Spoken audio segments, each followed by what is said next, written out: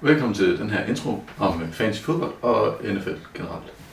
Fantasy fodbold er en konkurrence, hvor vi kommer til at dyste mod hinanden, hvor vi laver nogle hold med virkelige NFL-spillere, der når de her NFL-spillere så spiller, så scorer de nogle point, baseret på hvor mange bold de griber, og hvor langt de løber med den, og hvor mange de tackler. Kommer lidt an på deres position selvfølgelig. Så giver de nogle point, og alt efter hvilke spillere man så har på sit hold, så får man så mange point, og det sammenligner man så med det andet hold, som man spiller mod, og den, der ligesom har flest point, vinder den runde. Til sidst så er der en, der har vundet mest, og det plejer at være Louise, fordi hun er skide heldig. Men det tager vi til den tid. Det er først omkring januar. Yes. Så der er nogle ting, vi skal igennem, men det første, vi går i gang med, det er de her point. Hvordan man får point. Så skal vi lige se en lille video.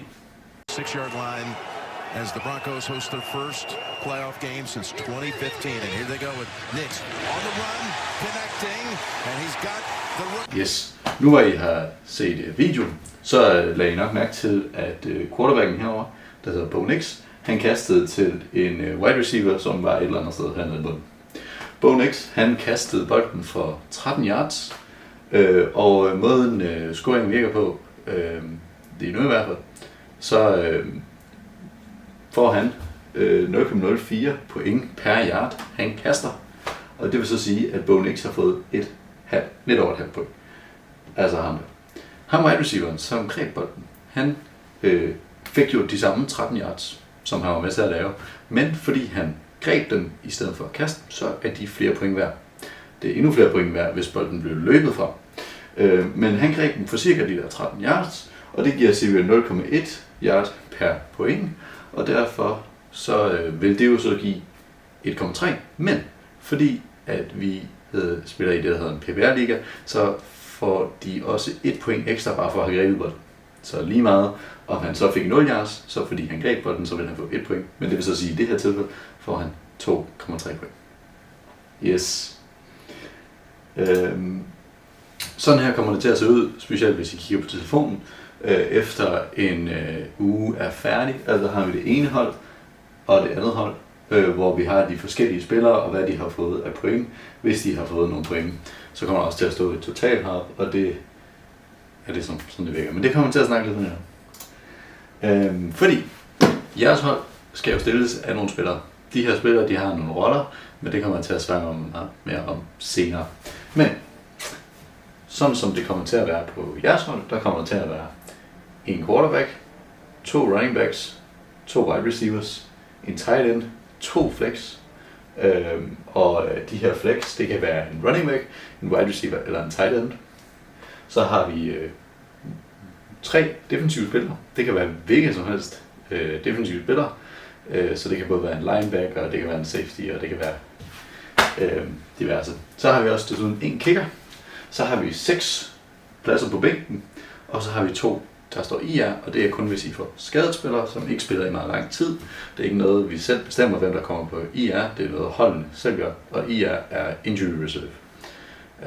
Så det kunne være, at der er nogen, der er skadet i 4-5 måneder, eller sådan noget, 3-4 måneder, og så kan de komme på IR. Så kan I ligesom beholde spilleren, uden at den tager en plads på jeres bænk. Yes. Selve draft holder vi i den her omgang. Lige nu er det sat til 29. august kl. 16. Det kan selvfølgelig ændre sig. Det foregår på den måde, at den, der bliver en time før valgt en rækkefølge, og vi kører i den rækkefølge, der hedder Snake. Det vil sige, at den, der starter, har første valg i første runde, har så sidste valg i næste runde. Og så skifter det igen. Så i tredje runde har det første valg igen, fjerde runde sidste valg. Sådan går det for alle. Det er ikke os, der bestemmer, det er computeren osv. Og det bliver frigivet en time før vi starter. Det er ikke sikkert, det er så vigtigt, det kommer lidt på, hvor mange man er. Men hvis man nu rigtig gerne vil have en speciel spiller, som er rigtig god, så kan det jo være, at man er henflyttet til. Ikke at man ikke godt kan få fat i dem senere, men det snakker vi om senere. Så man kommer til at gå dem igennem. De her, hvor vi vælger en og en, og der vælger man fra den liste, som man ser her. Og den liste, den bliver jo selvfølgelig mindre og mindre, som det bliver taget spillere af andre, vi spiller imod. Og så til sidst, så skulle man gerne have, så man kunne udfylde et helt hold, som vi lige snakkede om før. Yes, der er lige en kort video, der hurtigt lige viser, hvordan det kommer til at se ud. Det er ikke sådan uhyre vigtigt, også fordi, at hvis man ikke er med der den 29. august kl. 16, så vælger computeren bare automatisk for en. Den har en liste her, som det fine folk hos ESPN mener er de bedste spillere, hvis man sådan skulle give dem et tal, og så vælger den bare den øverste for den liste, hvis man ikke selv står. Det betyder ikke, at de altid har ret, men det er et rimelig godt standard på. Det er en fin ting at tage udgangspunkt i.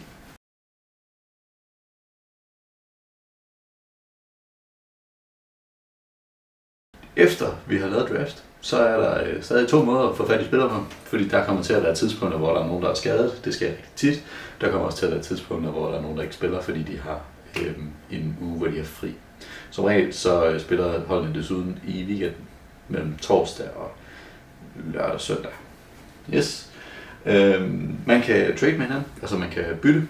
Så går man ind på en andens profil, og så sælger man et tilbud om at bytte. Og det skal vi selvfølgelig sige til. Så der bytter man typisk et par spillere for nogle andre spillere, eller en for en, eller 2 for en. Eller det kommer lidt an på, hvordan man lige har lyst til at stykke sammen. Ellers så er der det, der hedder waivers. Det kommer til at være efter alle dem, som ikke blev valgt ved draft, og ikke blev valgt selvfølgelig af de andre hold end en selv. De kommer til at ligge herude i waivers. Der kommer til at være en tilfældig prioriteret liste for, hvem der får lov til at vælge først hver uge for den waiverliste. Men som regel er det ikke noget problem, medmindre man lige er 2, der lige præcis i den uge vil være fat i den samme spiller. Jeg har ikke prøvet det nu, men så er det den spiller, der har højest prioritet, der får lov til at vælge. Ja, og der kan man så få lov til at vælge frit af de spillere, som ikke blev valgt. Det vil også sige, at hvis der er nogen folk, man tager af sit hold, så kommer de ud i den her waiver igen. Ja, og man kan selvfølgelig kun have lige så mange pladser, eller lige så mange spillere, som man har pladser, som vi snakker om før, med de der 6 pladser og 11-12 stykker inden, eller hvad. Yes. Som vi spiller, så kommer der til at være nogle spillere, som sagt bliver skadet, eller så videre. Og derfor kan de have, lidt ligesom vi ser her, nogle forskellige statuser.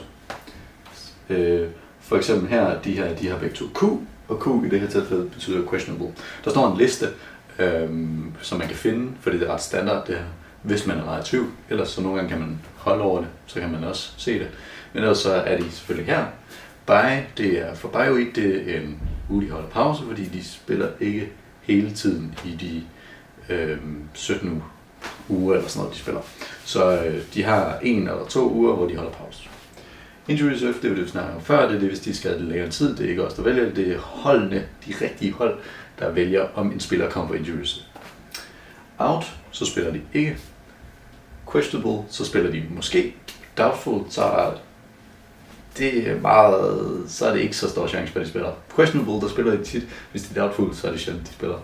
Men de kan godt. SSPD skal ikke så tit, med de vigtige spillere i hvert fald. Så er det fordi, de er blevet suspendet. Det er typisk fordi, de har lavet et eller andet, taget en masse stoffer eller sådan noget. Som det er de også gode til i NFL. Ja. Nå, det var slutningen af introen til Fantasy. Så nu går jeg videre til at snakke lidt generelt om NFL. NFL er National Football League. Det er den store konkurrence i amerikansk fodbold, og det foregår selvfølgelig i Amerika. Der er 32 hold, og de er forskellige steder på kort. Og de kan godt lide en gang imellem med nogle års mellemrum og flytte sig til forskellige steder hen. Så det er ikke sikkert, at hvis man finder et yndlingshold, at det bliver ved med at være i den samme by. Det gør ikke så meget for os, men det betyder meget for dem, der er derovre. Så ja, og typisk så siger man både by og holdnavn på holdet for ligesom at sige, hvad det er for et hold. Yes. som sagt, så er der 32 hold, og de hold er inddelt i 2 konferencer. Vi har AFC og NFC, og det er fordi for mange år siden, 50 år siden og sådan noget, så var der 2 konferencer, og de så er blevet slået sammen til 1. Og det er så det Super Bowl, det er den bedste i AFC og den bedste i NFC, der kæmper mod hinanden for at blive verdensmester, som de jo er gode til at kalde sig selv, de amerikanere der, ikke? Yes.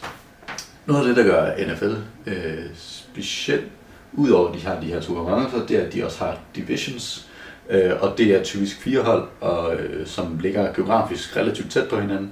Den blinker godt nok meget. Nå. Og de hold spiller typisk mere mod hinanden. Yes.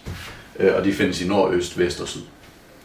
Derudover så har de også et cost cap, som betyder, at de kun har en vis mængde penge, som de kan bruge hver år. I 2026 er det $301,2 millioner, så småpenge, som er det maksimale, de må have. Derfor betyder det også, at bare fordi man gerne vil have alle de gode spillere, og man har penge nok til dem, så betyder det ikke, at man må bruge pengene til dem, fordi man ikke må komme over det her cost cap. Yes. Og det gør også, at de hold, sidste år var det, eller i 2025 var det Seahawks, der vandt, hvor fanden er Seahawks på? Og de er ikke der nu. De vandt Super Bowl, men det er ikke sikkert, de gør det i år, fordi nu har mange af deres gode spillere, de er jo så blevet tilbudt en masse penge på andre hold, og så er de flyttet lidt rundt. Yes. Sæsonen af NFL kører normalt fra omkring september og til februar. Yes. Hvor allerede fra januar er det kun efterspil. Yes. De har også en draft, lidt ligesom vi gør. Det foregår næsten på samme måde, andet end at det hold, der klarer sig sidst, eller værst, i sæsonen er typisk nogle af dem, der får lov til at vælge først. Og de kan bytte de her draft picks for hinanden, for at få nogle gode spillere. Så det kan være, at man vælger at bytte nogle draft picks for nogle år frem, for at få en specielt god spiller lige nu. Men det har de typisk i april, så det er langt overstået, og det tager mange dage, og er kæmpe stort show og sådan noget, men det kommer jeg ikke så meget på nu. Yes.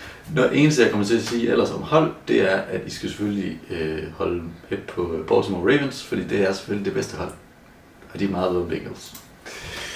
Yes. Men selve spillet, det foregår egentlig i yards. Sådan en fodboldbane er omkring 100 yards plus 10 yards i hver endzone. Der kommer billedet senere. Men det vigtige er, at når man starter med at have bolden, så er der en line of scrimmage, som er den, man ligesom starter på. Den er i det her tilfælde mørkeblå, men den kan også være sort. Det er typisk en mørkere farve. Og så har du yards gain, som man kun lige kan ane her ved toppen, og den er typisk gul eller orange. Og det er den afstand, man skal nå, for at kunne få flere forsøg. Fordi man har nemlig 4 forsøg til at nå de 10 yards, og hvis man ikke når det, så ryger bolden over til de andre. Yes. Så det er derfor lige nu hernede står der first and 10, og det er fordi det er første forsøg, og de skal have 10 yards. Så hvis de nåede 3 yards på den her, så vil der stå second and 7 næste gang. Yes. Her har jeg hele banen. Det er det, jeg kalder endzone, det er hernede. Det er der, hvis du griber bolden derinde, eller har bolden derinde, og du selvfølgelig er angriberholdet i den på defensive holdets endzone, så er det en touchdown. Inde i endzone, i bunden, begge sider, der er der nogen, der hedder goalpost. Der kommer til at se, når der kommer field goals og extra point attempts, som kommer til at være en video af lige om lidt. Og det er kun brugt i de 2 situationer, ellers er de ikke som sådan vigtige. Yes. Men som jeg også skal se her, man har først line of scrimmage, som i det her tilfælde så er blevet rød, og så skal man så altid nå 10 yards, men alt efter om man får penalties og så videre, så penalties i NFL bliver gjort på den måde, at man enten bliver rykket fremad eller tilbage, typisk tilbage, hvis det er imod ens eget hold selvfølgelig. Så derfor kan der godt, altså mens der godt kan være first and 10, så kan der også stå sådan first and 30. Så de kan gå helt skømme og sådan noget, og det, ja. Men ellers, det vil sige, at de har 4 forsøg fra at nå her, fra 25'eren til 35'eren, nej, 30'eren til 40'eren. Og hvis de ikke når det på de 4 forsøg, går det også til de andre. Hvis de når det, så får de 4 nye forsøg, og så rykker det hele ligesom bare en gang hen. Derfor må de godt få mere end 10, men der vil altid være 10, indtil du kommer her ned til under 10. Og så har de selvfølgelig ikke mere, fordi så har de 4 forsøg til at komme i endzone, for de kan ligesom ikke komme længere tilbage. Yes. Så kommer vi til at se en video nu her, hvor I kommer til at se lidt om nogle touchdowns. Der kommer til at stå, det står her, det står også på videoen, hvis de giver nogle point. Men hurtigt kommer lige til at gå igennem, at en touchdown er grebet eller løbet ind i modstanderens endzone. Så et extra point er efter en touchdown, hvor man kan få et ekstra point ved at sparke bolden ind cirka fra omkring 15 eller 20 linjer igennem de her goalposts, man kalder dem uprights ellers. 2-point conversion er cirka fra 3 til 5 yard linjen, hvor at man ligesom en touchdown skal få den ind i modstanderens endzone. Field goal er typisk, hvis man ikke kan nå det på de 4 forsøg, at nå yard to gain, som er den der i det her sted for, så kan man sparke fra banen ind i de her uprights, og hvis man så kan klare det, så kan man få 3 point. Ellers, hvis det ikke går, så kan man også punt, og det er simpelthen bare, at man tager ind, og så sparker han bare bolden så langt væk han kan, og så ser man, hvor langt ned den kommer. Hvis den kommer ned i deres endzone, så får de en straf og sådan noget, så det sker tit ikke så tit, men det kan godt være, hvis man får glemmer hernede, og modstanders endzone er derovre, så kan man ikke sparke så langt på et field goal. Så der punter man den, og så rykker den ryk. Tilsvarende på den modsatte side af banen. Siden cirka 50-60 yards. Det kommer også lidt an på, hvem der sparker os. Yes. En safety er, hvis man selv kommer ned i sin egen endzone. Altså, at man bliver tacklet med bolden i sin egen endzone. Så det sker ikke så tit, men så får modstanderen 2 point. Kick-off kommer ikke til at være så snakke meget om. Det er efter et touchdown, og når spillet skal sparkes i gang, så er det simpelthen bare, at der står en lidt bag midten og sparker den ned, og så kommer der til at være nogen, der løber den tilbage. Det er næsten bare sådan ceremonielt, for det er sjældent, der sker så meget andet end at folk løber ind i hinanden og smadrer sig selv. Yes. Så er der nogle turnovers, det er det, man kalder det, når de andre får bolden. Det kan enten være som ikke er et punt. Det kan enten være en fumble, altså der er en, der taber bolden, eller den bliver slået ud. En interception, at bolden bliver kastet og så grebet af modstanderholdet, eller turnover on downs, og det vil bare sige, at man brugte sit 4. forsøg og kom ikke forbi den her yard to gain, og så har man ligesom brugt alle de 4, og så går den bare over til modstandshold fra det sted. Yes. Kort video. Stafford's going to throw for it. And he's got himself a receiver. And it is a touchdown. Terrence. Good to see him have some success. Ryan Fitzgerald's second year out of Florida State. Boy, he has some moments. 3 walk-off game-winning field goal. On the move. Oh, quick one, Swift, 7-point lead. There, so the field goal attempt coming here for Jake Elliott. And he's got it to make it a 10-point lead. From the 1.5-yard line. Murray trying to get out of the end zone. And I don't think the ball got out. 34, third quarter. De'Ami Brown knocked out of there by Bond and recovered by Nolan Smith. A little bit of a Hoosiers type feel. 3rd and 15. Hurts from the end zone. Intercepted. Taken away by Xavier McKinney. The big offseason acquisition. Has had a solid year. He's been very busy. And this turns out to be a pretty good punt. Williams will come up. Did not call for the fair catch. Yes. Så går vi videre. Så begynder vi at snakke lidt om de forskellige roller. Den er helt sikkert mest prestigiøse, hvis man kalder det, eller stjernen på holdet, det er quarterbacken. En kendt mand, der har spillet lidt, og måske nok er i virkeligheden altid kommer til at være den bedste, er Tom Brady. Han har vundet mange år. Han spiller ikke mere, og det behøver ikke være sådan. Men quarterbacken er helt sikkert stjernen på holdet. Han er også lederen af den offensive side af spillet, og det er ham, der også styrer og videregiver, hvad de andre skal gøre. Så han får en instruktion fra hans coach på sidelinjen igennem en mikrofon, eller en højttaler, som han har hjemme, og han er den eneste på den offensive side, der har det, og så videregiver det han til andet. Og det, man kan finde det på nettet, det er typisk virker det sådan helt vildt, og det er alt muligt kompliceret, sådan noget YC Trip 4-6 Wildcat eller. Og det er sådan nogle koder, de bruger, fordi at der tidligere har været, at folk har afkodet, hvad de sagt, og så ved den defensive side, hvor det kommer. Yes. Men han styrer simpelthen den her side, og det er ham, som står og er den første, der modtager bolden. Han kan godt stå der, han kan også stå længere tilbage. Det kommer an på formationen. NFL er meget teknisk. Og det kommer jeg slet ikke ind på nu, fordi det kan man bruge. Ja, der er folk, der bruger hele sin karriere på at forstå det. Så det kommer vi ikke ind på nu. Men der er kun en af ham. Og typisk er han meget hurtig. Han kan både være stor og langsom, han kan være stor og hurtig, og han kan være lille og sådan noget. Det er sådan set ikke så vigtigt. Vigtigt er hans overblik, og at han typisk kan kaste bolden rimelig godt. Det plejer de at være gode til.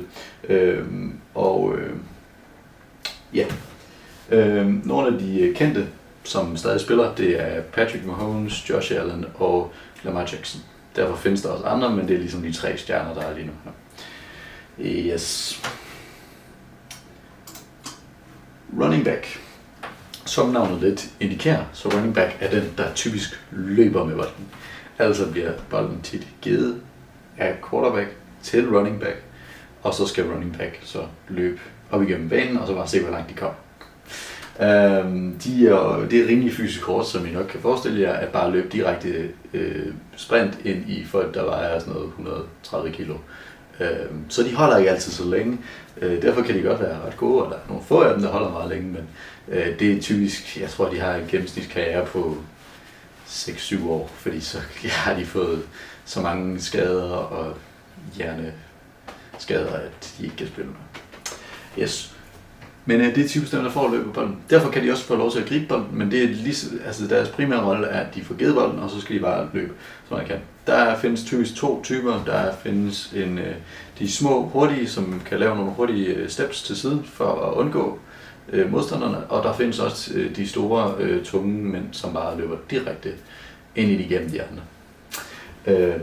Yes. Nogle af de mest kendte nu her, det er Derrick Henry, Christian McCaffrey, så er der Bijan Robinson og Jahmyr Gibbs. Det er henholdsvis Baltimore Ravens, 49ers, Falcons og Lions, de spiller for. Yes. Og på det her tidspunkt er det nummer 4, men de kan også stå andre steder. Yes. Og ja, de bliver skiftet ind og ud løbende. Der kan være både 1 eller 2 på banen. Typisk er der kun 1. Men det er så fysisk hårdt, at det er ikke den samme person, der nødvendigvis er inde som running back hele tiden. Så får jeg lige lov at se et enkelt running back play igen mellem Bills og Broncos. Does this year. They started with Harvey on the first snap, but now they bring in McLaughlin, and they hand it off to him. They had him, Bosa had him behind the line. He was able to effort his way for a good-sized gain for 6. Velkommen tilbage. Så går vi videre til wide receiver. Det er dem, der skal gribe bolden, når at quarterback kaster den. Så det vil også sige, at de skal være sådan rimelig hurtige, og så skal de kunne løbe fra dem, som dækker dem på den defensive side. De har markant mindre kontakt. Det betyder også, at de holder markant længere. Og der kan typisk være 1-4, normalt er der 2-3 stykker, og de er typisk ude i siderne. Og det er deres, det er dem, der skal gribe bolden. Så det er typisk der, hvor man får de store yards. Yes. Der er nogle kendte wide receivers. Der er mange. De holder ret længe, som sagt, fordi den eneste kontakt, de har, det er stort set med jorden, når de kaster sig selv ud og alle mulige umulige vinkler. Og lige nu holder de CeeDee Lamb, Amon-Ra og Ja'Marr Chase. Mens der er stort set en stjerne på hver hold. Yes. Tight ends er det nye store. De er en blanding mellem wide receiver og delvis running back og ellers guard, som vi tager lige om et øjeblik. De kan både gribe, de kan også løbe med bolden, og de kan også blokke, altså gøre plads til running back. Der kan være nu er der begyndt at komme helt op til 3 på banen, men der kan også være 0. Altså, de har 11 mand at gøre med, og det er frit, hvordan de vælger at gøre med personalet. Yes. Ja, de er typisk ret store, og de er som sagt nummer 5 på billedet. De kan også være tættere på, så de faktisk står helt opad. De kan også stå længere ud. Det er lidt sådan en hybridrolle. Ja. Nogle kendte er Sam Laporta og Brock Bowers blandt andet. Guard, offensive line. De er de forreste 5, typisk, man ser her. De hedder forskellige ting. Left tackle, left guard, center, right guard og right tackle. Men deres primære job er egentlig at beskytte quarterbacken, fordi der er nogle andre store sure mænd, der prøver på at smadre. Så det er deres funktion er, at de skal holde quarterbacken oprejst. Yes. Så de skal simpelthen bare give ham plads. De spiller typisk hele kampen, og det er en meget fysisk hård rolle, og det er de store gutter. Det er det. Ja. En sidste, som ikke er med her, og som kun, så vidt jeg husker, er et hold, der bruger, som er en lidt forældet rolle, er en fullback. Det er en stor running back, som ikke så meget griber bolden. De kan godt løbe med bolden, men de er mere til sådan en blok. Så det er kun San Francisco 49ers, der bruger dem. Karl Juszczyk. Han, ja, det bliver ikke brugt mere. Så det, ja.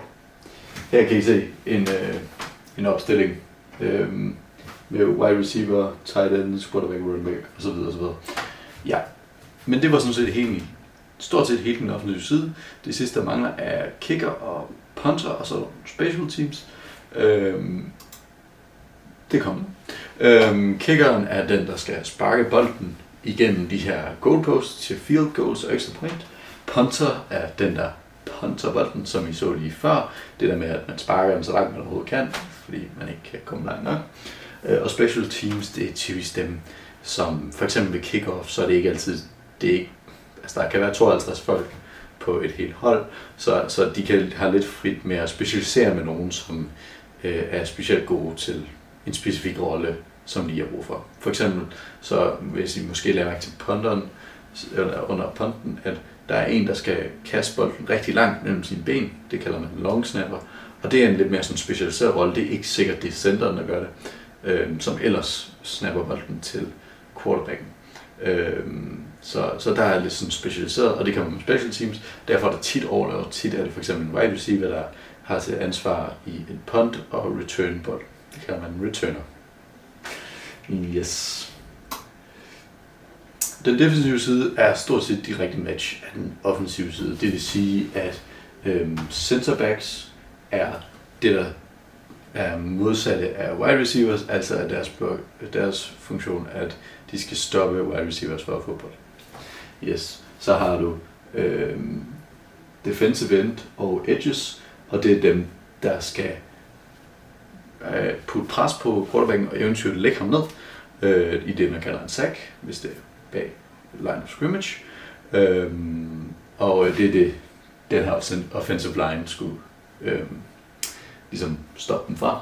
Så har du linebackers. De kan både middle linebacker, offensive linebacker og alt muligt sjovt. Men deres job er egentlig at stoppe running backs, typisk, og være sådan lidt mere hybridrolle. Og så har du safeties, som er dem, der ligger typisk længere tilbage op ad banen og skal stoppe, at der kommer kæmpe, altså at de får bolden kastet virkelig langt, og der er helt frit.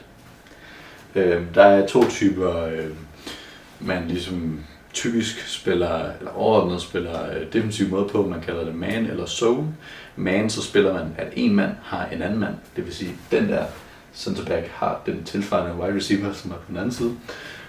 Og ellers så spiller man i zone, og det er ligesom, at den her centerback, det kan være, at han har den der sene del af feltet, og den her centerback har den der, middle linebacker har måske det der, og sådan noget. Så der opdeler man ligesom banen i zone. Yes. Og der er selvfølgelig nogle andre, udover det andet hold, men det er ikke de samme, der spiller på den offensive side og den defensive side, med undtagelse af egentlig nu, der hedder Travis Hunter, men hvordan det kommer til at gå for ham, det bliver lidt spændende at se, fordi der er ikke så mange, der kan holde til. Penalties og teknikaliteter. Yes, som tidligere nævnt, så kan man få nogle penalties, som kan rykke på hvis det er ens eget hold, er det typisk negativt at få en penalty, og hvis det er modstanderhold, er det typisk positivt at få en penalty. At de får en penalty altså. Nogle af de mest normale er holding, det er at man holder for meget fast i modstanderspilleren. Og det er sådan lidt vandet, hvornår grænsen de går, men det er typisk omkring 5 yards, man får i straf. Forrest starter noget af det samme, altså 5 yards, men det er, at man starter for tidligt, inden bolden bliver snappet, eller der er også noget, der hedder neutral zone infraction. Så der er virkelig mange regler, så det her det er bare nogle meget kort. Og hvis det er, at man ser det, så kan man prøve at google det for at finde ud af specifikt, ellers så lærer man den langsomt. Pass interference er en af de rigtig store, fordi det er, hvis de her cornerbacks går for meget til de her quarterbacks, eller ikke quarterbacks, wide receivers, så kan de få en straf. Så de må ikke være for voldsomme med den, inden de har fået bolden. Og fordi hvis det er pass interference, så er det sted, fejlen sker, at den offensive side bliver rykket til. Så det er stort set det samme som i gribebolden. Yes. For at gribe bolden, der er noget vigtigt. Det er nemlig, at man skal have mindst 2 fødder nede, for at man kan sige, at man har grebet bolden. Når man rører ned på knæ eller højere op, så er ens hånd tæller ikke, men ellers så er man nede. Altså er den play død. Og så har man 3 timeouts per halvdel, og der er, man spiller spillet i 4 kvarte, det vil sige, at der også er 2 halvdele, og det er et kvarter hver. Til det kvarter, så har man sådan nogle plays, og der har man også en tilsvarende play clock, fordi at alt efter om man, hvordan spillet foregår, så hvis man ryger out of bounds, som er uden for banen, så stopper for eksempel spilklokken, men den her play-clock bliver ved med at køre, og den her play-clock er normalt 40 sekunder, så det vil sige, at det er den maks tid, som der kan gå, før at den næste play skal være i gang. Og et play, som I tidligere har set, det er det der med, et punt, en touchdown, altså det der running, som vi så running back tidligere. For eksempel, det er et play. Det kan være mange ting. De går meget stærkt, de går meget langsomt. Men derfor, når det så er sagt med reklamer, altså noget, så en fodboldkamp er en times spiltid, så tager den normalt 2,5 timer, hvis man ser den live. For de er rigtig gode til reklamer derovre. Yes. Der er også noget, der hedder 2-minute warning. Det er de sidste 2 minutter i en kvart. Der er der også en lille pause. Incredible. One of the reasons why they were shut out for the first time in a number of years. Burrow puts some air under it. Higgins, touchdown. Is so good. I mean, so good. Left foot, drag with the right foot. Til sidst har vi lige 2 ting, vi lige skal over. Det er sack og tackle, fordi I nu skal vælge en defensiv spiller. En sack er, at quarterbacken bliver lagt ned bag den her line of scrimmage. En tackle er, hvis det er alle andre, der har bolden, så er det sådan en tackle. Men hvis quarterbacken for eksempel er foran line of scrimmage, så tæller det ikke som en sack, men som en tackle. Hvis I skulle have nogle spørgsmål, så kan I selvfølgelig bare skrive til mig. Men ellers så er det sådan en lidt overordnet guide til det. Og så håber jeg på, at I har fået en bedre forståelse for det. Der er mange regler, og det er et meget komplekst spil. Man plejer normalt at sige også, at en amerikansk fodboldspiller kunne sagtens spille rugby, men rugbyspiller kan ikke spille amerikansk fodbold, og det er fordi, at spillet er meget, meget, meget komplekst, og selvom det ikke nødvendigvis lige ligner det. Og derfor betyder det også, at det har tilsvarende komplekse regler og komplekse spilforhold osv. Men